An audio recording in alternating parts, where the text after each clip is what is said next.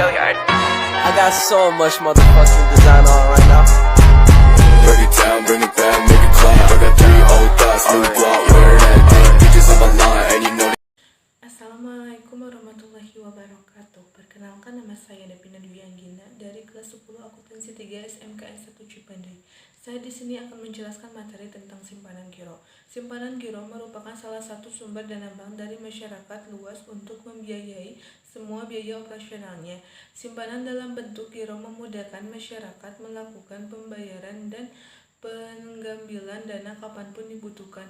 Menurut Undang-Undang No. 10 Tahun 1998 dijelaskan bahwa simpanan giro adalah simpanan yang penarikannya dapat dilakukan setiap saat dengan menggunakan cek, biljet giro, sarana perintah pembayaran lainnya, atau dengan pemindah bukuan dapat ditarik setiap saat. Itu maksudnya dana yang telah disimpan dalam simpanan giro dapat ditarik berulang kali dalam sehari. Jika dananya masih mencukupi, simpanan giro dapat diambil dengan menggunakan cek. Apa sih cek? Dalam buku bank dan lembaga keuangan lainnya oleh Kasmi 2012 dijelaskan bahwa cek adalah surat perintah tanpa syarat dari nasabah kepada bank yang menerima rekening giro nasabah untuk membiayai sejumlah uang kepada pihak yang disebut di dalamnya.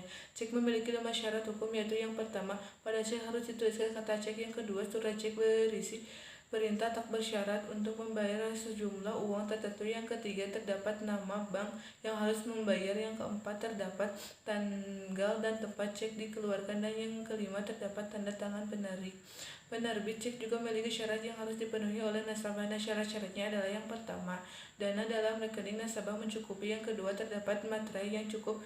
Ketiga, coretan dan perubahan harus ditandatangani oleh pemberi. Yang keempat, jumlah uang dan angka dan huruf harus sama. Yang kelima, memperlihatkan tanggal kadaluarsa cek 7 hari sebelum cek dikeluarkan. Yang keenam, tanda tangan atas stempel perusahaan dalam cek harus sama dengan yang ada di statement. Yang ketujuh, tidak diblokir oleh pihak berwenang. Yang kedelapan, resi cek sudah kembali. Yang kesembilan, endorsement cek harus benar. Yang kesepuluh, kondisi cek sempurna. Yang ke-11, rekening belum ditutup. Lalu materai berikutnya dalam jenis-jenis cek terdapat 5 jenis, yaitu yang pertama, cek atas nama, yaitu yang di dalamnya tercantum nama penerima dana. Yang kedua, cek atas tunjuk, adalah cek yang di dalamnya tidak dicantumkan nama penerima. Yang ketiga, cek silang, yaitu cek yang di pojok kiri atas diberi tanda silang berfungsi sebagai pemindah bukuan. Yang keempat, cek mundur, adalah cek yang diberi tanggal mundur dari tanggal sekarang yang diberi cek kosong. Berikutnya adalah pengendalian biljet giro. Dijelaskan bahwa biljet giro adalah surat perintah nasabah kepada bank penyimpanan dan dana untuk pemindah bukuan sejumlah dana dari rekening yang bersangkutan kepada rekening pemegang yang disebutkan namanya. Biljet giro memiliki syarat formal, yaitu yang pertama, terdapat tulisan biljet giro dalam nomor biljet giro. Yang kedua, terdapat nama bank yang menerima perintah pembayaran.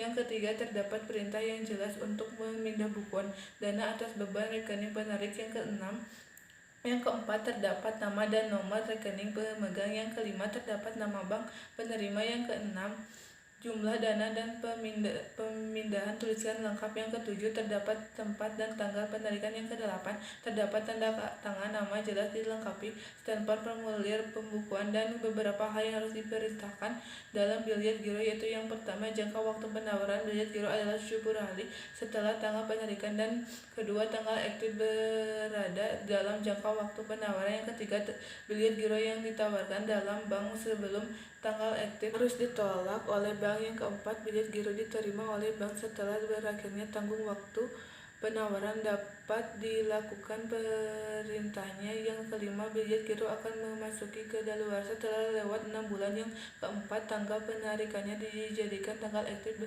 apabila terdapat tanggal dalam biljet giro yang ditujukan. Apabila terdapat coretan harus ditandatangani oleh penerbit. Lalu alat pembayaran lainnya yang digunakan untuk menarik simpanan giro, yang pertama adalah nota debit, yang kedua draft atau wesa, yang terakhir endorsement. Sekian dari saya, terima kasih atas perhatiannya.